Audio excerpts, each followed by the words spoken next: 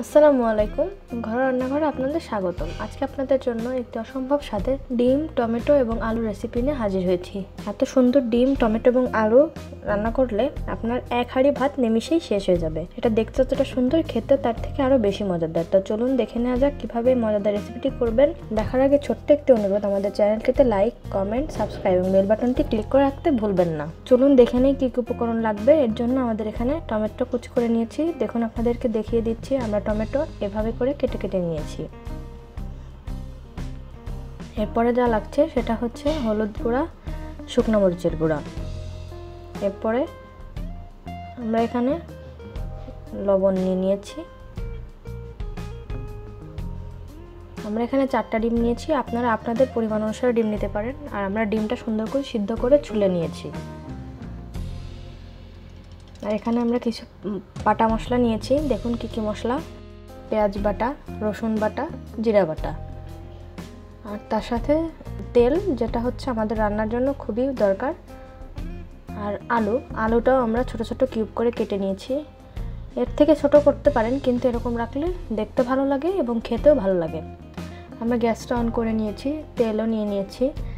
তেলটা গরম হয়ে গিয়েছে, আমরা এখন তেলে মশলা দিয়ে দিচ্ছি। পেঁয়াজ, রসুন এবং জিরা বাটা দিয়ে দিয়েছি। মশলাটা একটু ভাজা ভাজা করে নিয়ে এর মধ্যে আমরা দিয়ে দিচ্ছি লবণ পরিমাণ মতো। লবণটা আমরা আমাদের অনুসারে দিয়েছি। এখন দিচ্ছি শুকনো মরিচের গুঁড়া, এরপরে দিচ্ছি হলুদের গুঁড়া। এরপরে এগুলো দিয়ে একটু নাড়াচাড়া করে নিচ্ছি সুন্দর করে।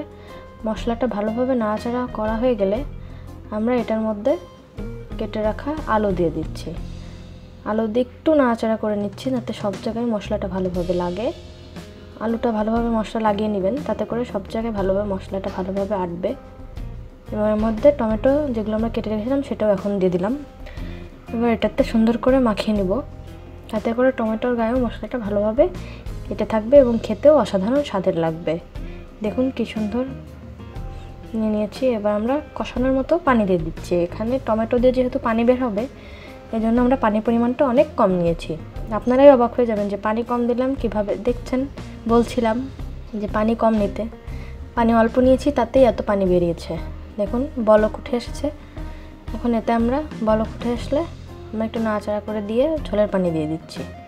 ঝোলের পানিটা আপনারা যতটুকু ঝোল খেতে পছন্দ করেন ততটুকু দিবেন। দিয়ে এখন বলক উঠে এসেছে, আমরা এখন এক এক করে ডিমগুলো দিয়ে দিব।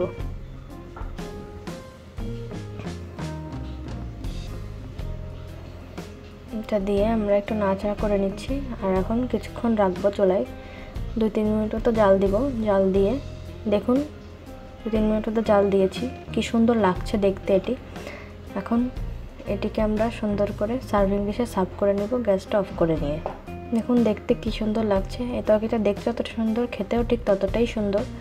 তো যারা আপনারা এখনও টমেটো, আলু এবং ডিমের এই রেসিপিটি ট্রাই করেননি, অবশ্যই ট্রাই করবেন, ইনশাল্লাহ নিরাশ হবেন না। আর আমাদের সাথেই থাকুন, পাশে থাকুন। আমাদের সাথে থাকার জন্য সাবস্ক্রাইব এবং বেল বাটনটি ক্লিক করে রাখবেন। আশা করি আপনাদের কাছে ভিডিওটা ভালো লেগেছে। আজকের মধ্যে এখানেই বিদায় নিচ্ছি। ধন্যবাদ।